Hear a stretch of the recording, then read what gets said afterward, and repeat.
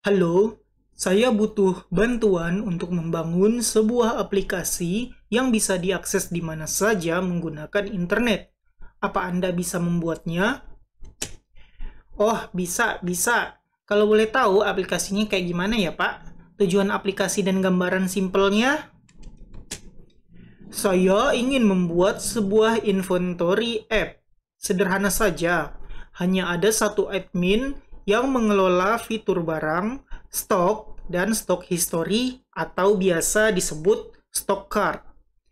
Admin bisa menambah, update, dan delete barang beserta stoknya.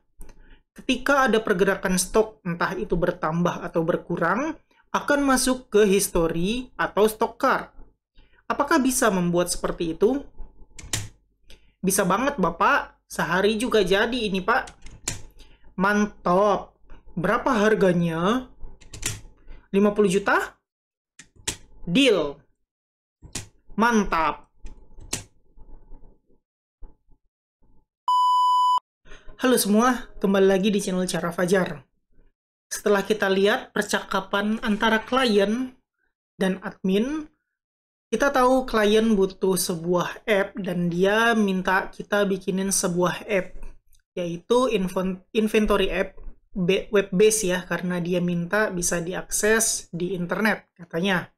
Nah, ini simple banget, dia minta cuman butuh satu admin doang, jadi nggak perlu ada multi user, terus cuman ada item beserta stoknya, dan dia minta juga history perjalanan sebuah stok dari barang-barang itu, atau biasa disebut dengan stock card. Nah, di sini kita bakal menganalisa dulu kebutuhan dari si klien tadi ya. Dia mau aplikasi yang kita udah bahas tadi, yang udah aku sebutin tadi. Nah, kita bakal analisa struktur database-nya apa. Tapi sebelum kita analisa ke struktur database, kita pelan-pelan nulis supaya nggak lupa. Yang pertama, dia minta sebuah app inventory atau inventory app ya.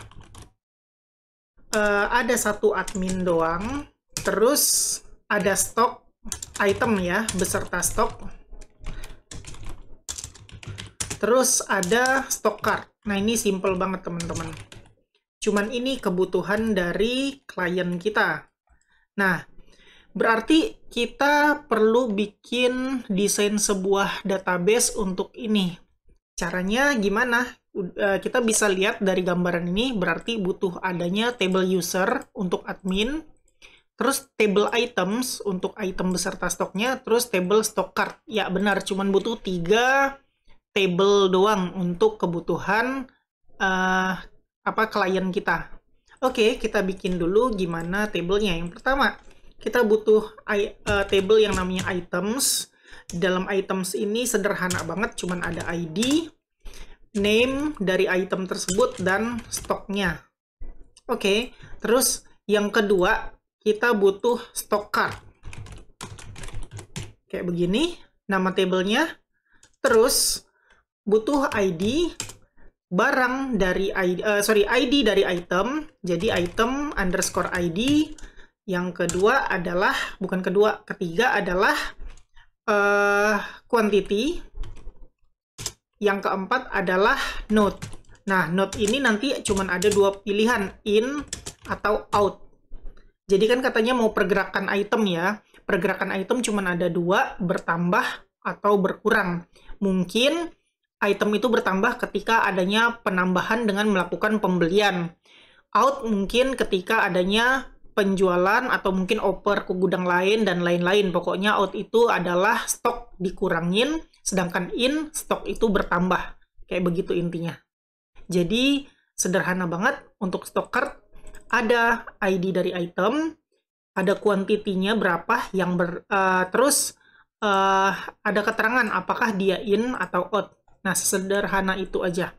Nah, yang ketiga, ini adalah users. Table users, isinya paling cuman ID, name, email, password, dan lain-lain. Nah, kayak begini. Udah sederhana. Ini dia desain dari database yang akan kita bangun untuk aplikasi pesanan klien kita. Nah, sekarang kita masuk ke pembahasan kita mau bikin pakai apa sih. Nah, untuk app sederhana ini aku bakal bikin menggunakan Laravel Inertia. Di dalamnya ada Vue.js. Nah, jadi sesuai dengan yang udah kita bahas di playlist sebelumnya, sekedar informasi, playlist itu nggak selesai ya, nggak aku selesaiin karena kelanjutan dari playlist itu ya kayak gitu-gitu aja, paling login, logout, dan lain-lain. Nah, ini langsung kita bahas aja di contoh case pada tutorial kali ini. Jadi, balik lagi, untuk membuat aplikasi pesanan dari klien kita bakal menggunakan Inertia Vue.js. Oke? Jadi, bukan pakai React, bukan pakai apa satu lagi aku lupa, kita bakal pakai Vue di Inertia-nya sesuai dengan yang udah kita pelajarin di playlist channel aku. Nah, kayak gitu aja. Jadi, selanjutnya kita bakal install Laravel kita, install Inertia, dan bikin migration untuk membuat table-table yang kita butuhkan ini. Sekarang kita bakal install Laravel-nya dulu, sekalian aja install Inertia-nya juga. Plan aku adalah kita menginstal Inertia menggunakan Laravel Breeze, supaya kita nggak capek-capek lagi bikin authentication-nya dan udah dibikinin semualah intinya. Oke, kalau kalian mau baca-baca bisa ya baca di dokumentasi Laravel 12, laravel.com, kalian akses aja kalau mau baca-baca sendiri. Oke, kita lanjut. Di sini aku bakal menggunakan Laragon. Jadi kalau kalian pakai XAMPP atau pakai Valet atau pakai Homestead, terserah kalian. Yang penting kita bakal bikin project ini menggunakan Laravel 12. Oke, kalau kalian menggunakan Laragon, bisa ikutin aku. BTW Laragon aku masih versi 6 ya. Oke, aku start all dulu. Terus pilih klik kanan. Aku agak-agak lupa. bukan Quick App. Kalian bisa ke Quick App dan pilih Laravel. Nah, di sini kalian bisa setup nama dari project Laravel kalian. Kita bakal bikin nama projectnya adalah inventory dash app. Kayak begini aja, dan oke. Kita tungguin sampai Laragon bikinin project Laravel kita.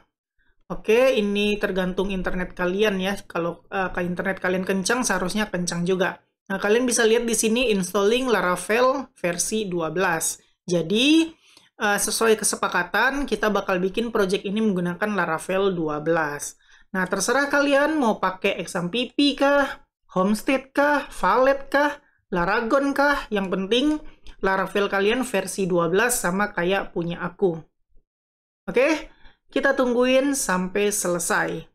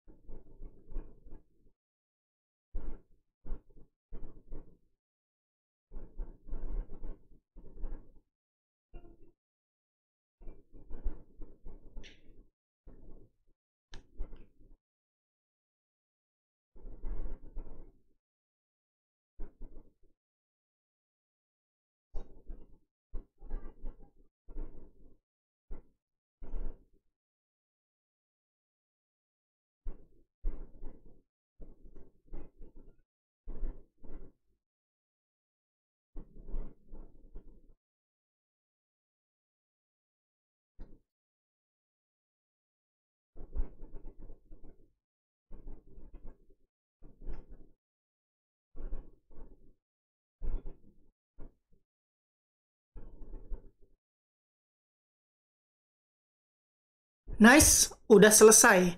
Kalau kalian pakai Laragon untuk install project kalian, kalian bakal ngeliat pretty URL yang dibikinin sama si Laragon. Yaitu, kalian bisa ngakses project kalian dengan URL inventory-app.test. Nah, ini kalau Windows harus diizinin dulu ya. Oke, tungguin karena aku baru ngasih izin ya. Nah, udah selesai. Nah, sekarang kita coba lihat apakah udah bisa diakses atau belum. Di sini aku bakal akses inventory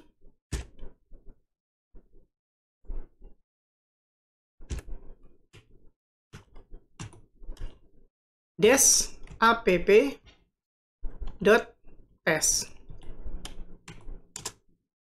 Tungguin. Kalau misalnya udah keluar kayak begini, artinya Laravel kalian udah berhasil keinstall, tapi perlu di setup file env-nya. Oke, jadi kalian perlu buka project kalian menggunakan code editor. Terserah code editor apa aja yang kalian pakai. Nggak perlu disamain sama aku sih, tapi kalau sama ya boleh. Oke, di sini aku close aja command prompt-nya, dan aku udah buka project kita menggunakan VS Code. Nah, yang perlu kita akses pertama kali adalah file env-nya. Kalian lihat, aku gedein dulu ya tulisannya. 18. Nah, kalian lihat di sini, yang perlu kalian ubah kalau pengen sama kayak aku, kita bakal menggunakan database MySQL. Kayak begini, ganti SQLite-nya. Nah, ini ganti, ini kan comment, kita uncomment, terus ganti sesuai nama database yang kalian mau. Kalau aku sih bakal bikin inventory-app, nama database-nya. Terus username-nya root dan password-nya kosong. Ini tergantung kalian settingnya kayak gimana. Oke, aku save. Dan sekarang kita balik ke browser dan aku refresh browsernya. Lihat, di sini masih error yang sama karena kita baru benerin database connection-nya. Di sini database connection udah ada, tapi nggak ada table yang namanya inventory app sessions, atau nggak ada nama table sessions di table inventory app. Nah, kita harus melakukan perintah PHP artisan migrate dulu. Oke, buka terminal. Kalau aku nggak bisa PowerShell, jadi aku buka command prompt, buka PHP artisan migrate.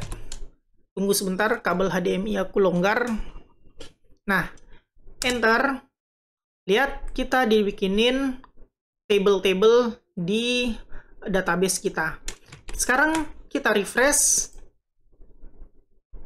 Nah, ini dia tampilan Laravel 12 kalau kalian udah sukses menginstal project Laravel dan melakukan migrasi atau PHP artisan migrate di database kalian. Jadi ingat, kalian habis install project Laravel, kalian setup dulu file env di bagian database connection. Habis itu kalian jalanin command PHP artisan migrate supaya bisa kayak begini. Oke, silakan dicoba dulu sampai tampilan project kalian muncul gambar Laravel 12 kayak begini. Kita bakal install Breeze untuk memudahkan kita dalam mengerjakan project ini ya teman-teman.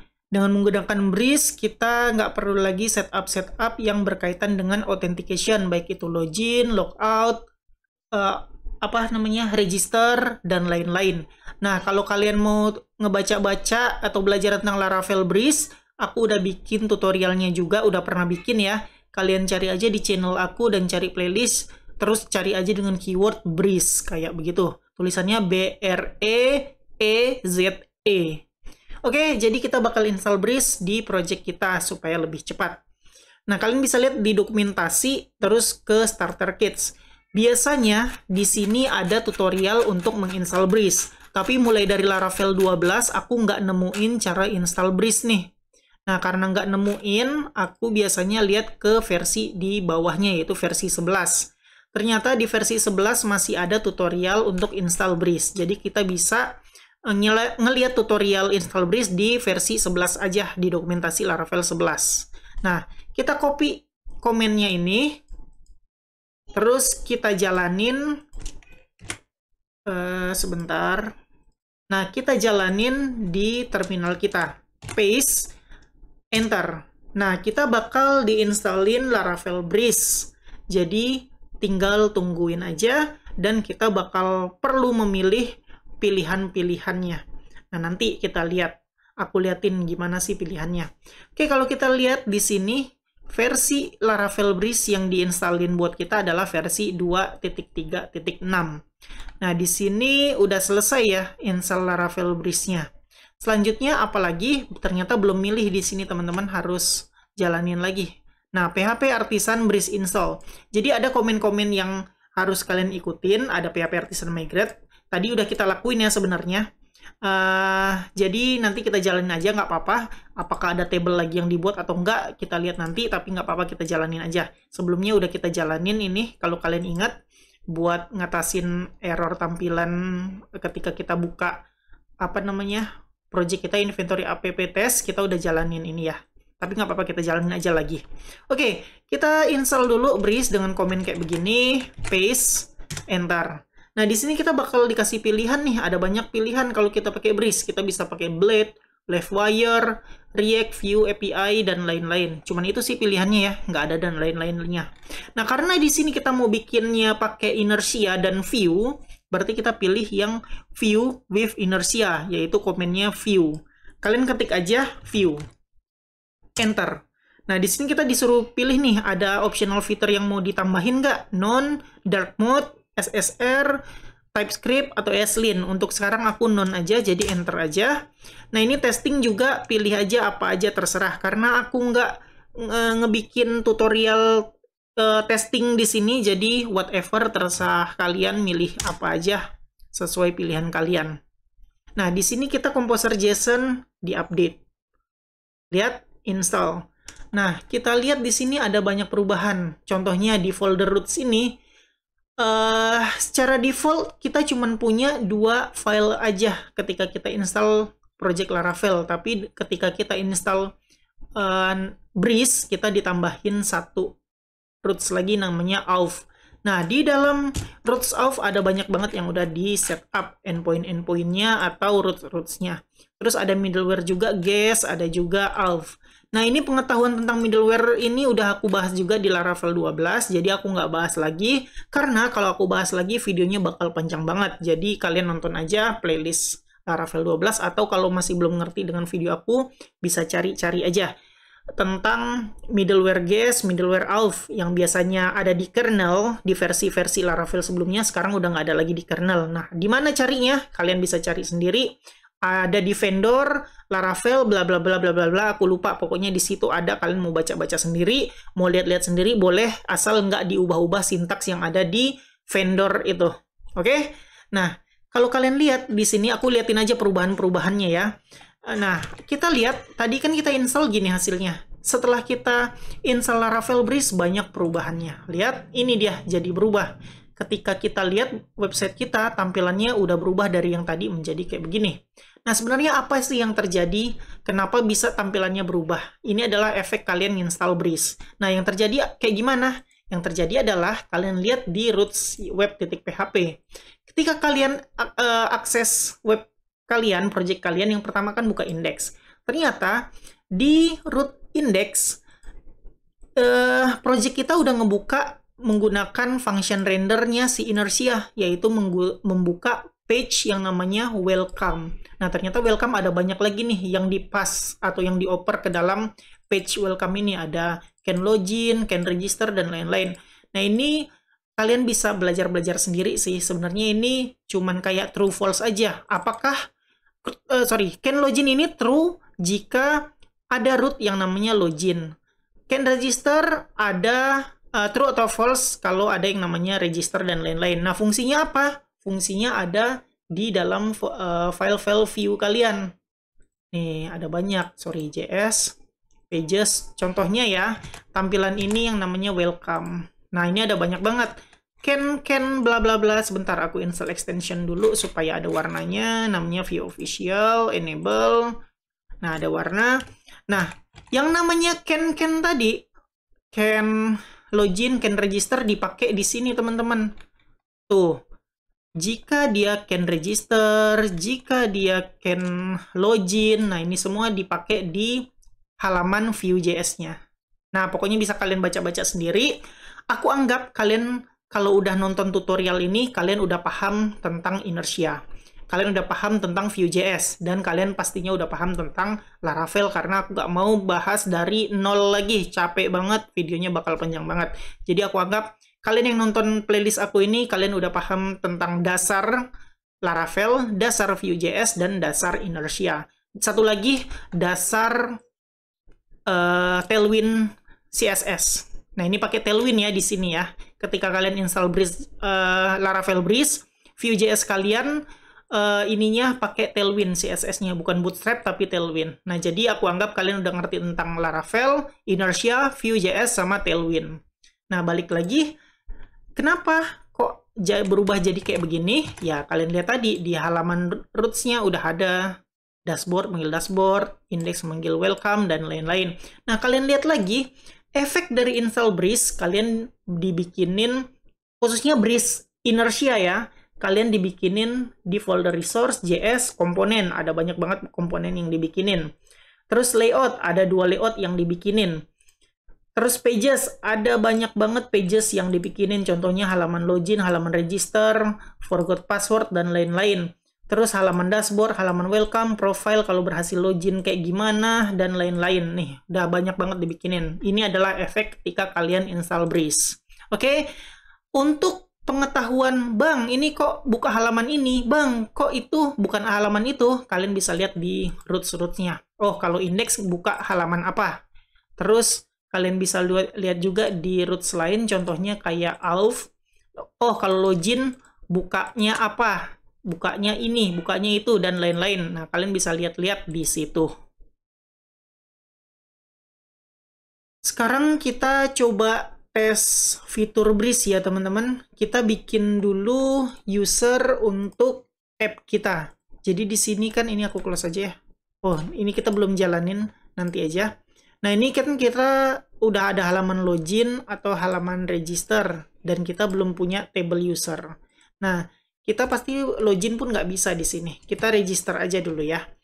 Nah, kalian bisa akses halaman register untuk bikin adminnya. Ingat, permintaan klien kita adalah cuma 1 user. Jadi untuk sekarang aku bikin admin@email.com aja. Karena ini cuma testing, jadi asal-asalan aja nggak apa-apa ya. Nggak perlu yang ribet-ribet. Oops, sorry, namanya admin, emailnya baru admin@email.com. Nah, passwordnya 123, register. Ternyata minimum 8 karakter. Oke, 123 456 78. 123 456 78. Register, dan udah berhasil register dan otomatis login sebagai admin. Kita lihat di database juga ada akun kita. Nice banget. Nah, ini dia efek dari Breeze, teman-teman. Kita udah nggak usah capek-capek bikin fitur login, fitur register, logout, dan lain-lain. Nah, kalau kita lihat di sini ada fitur untuk lihat profile dan logout. Nih, untuk profile, kalian lihat di sini bisa update profile information. Nah, kalau kita lihat kayak gimana sih codingannya, kalian bisa lihat di roots web.php. Oh, sorry, bukan web ya. Tapi roots, aduh, kok ke close. Tapi roots yang namanya auth. Nah, kalian lihat di sini ada yang namanya roots atau endpoint profile. Nah, kalian lihat di sini yang namanya profile adalah profile. Aku ini aja. Ups, nggak ada di sini di web ya. Oh, di web, sorry teman-teman. Nah, ternyata endpoint profile harus login dulu, terus ngebuka yang namanya controller profile controller. Nah, sebentar aku mau install extension dulu ya, supaya bisa ctrl klik. Extensionnya namanya namespace resolver sama PHP Intelligence. Nah, oke. Nah, di sini aku ctrl klik profile controller. Kalian lihat, ternyata di profile controller membuka file yang namanya edit yang ada di folder profile. Kita lihat di resource, JS, pages, terus profile, edit. Nah, file inilah yang dibuka di sini. Oke, jadi kayak begitu teman-teman. Kalian bisa update profile, semua udah di setup sama Breeze. Kita nggak usah capek-capek lagi bikin halaman ini. Oke, nice. Kita coba fitur logout. Nah, ternyata fitur logout bisa. Coba ya, aku paksa pindah ke dashboard, harus pergi ke login. Nah, ini semua udah di setup sama si Breeze, jadi kita nggak usah capek-capek mikirin gimana bikin login, gimana bikin register, logout, profile, ganti password, change password, dan lain-lain. Nah, itu semua udah diinstal sama Breeze. Oke, next banget. Itu dia tentang Breeze. Kita bisa lanjut ke target kita. Nggak usah capek-capek bikin tentang authentication ini.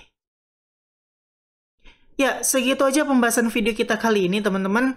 Kita udah setup project kita untuk menyelesaikan permintaan klien, yaitu inventory app. Nah, di sini kita bikinnya pakai Laravel Inertia Vue.js.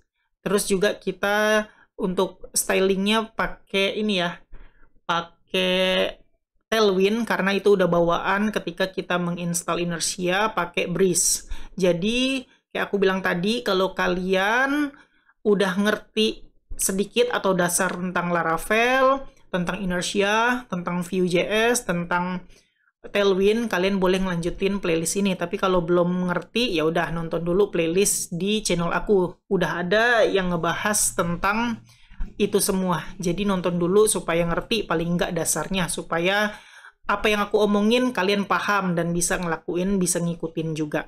Jadi kayak begitu aja teman-teman. Mungkin untuk video kali ini kayak dasarnya aja, persiapannya aja. Di next video kita bakal ngelanjutin bikin table ya, bikin table yang berkaitan dengan item, stock card. Terus mungkin kita bikin CRUD item, terus bikin proses stok, dan lain-lain. Nah, itu di next video. Untuk sekarang cukup sampai sini. Kayak biasa, buat kalian yang suka sama video ini, silahkan di-like. Buat kalian yang udah nonton video ini tapi belum subscribe, silahkan subscribe dulu, terus hidupin notifikasinya. Supaya kalau aku upload video baru, kalian dapat notifikasi dan bisa langsung nonton video terbaru tersebut. Buat kalian yang ngerasa video ini berguna dan bermanfaat, silahkan share sebanyak-banyaknya. Supaya teman-teman kalian tahu juga tentang video ini dan mendapatkan manfaatnya. Makasih udah nonton video ini sampai selesai. Kita ketemu lagi di video selanjutnya.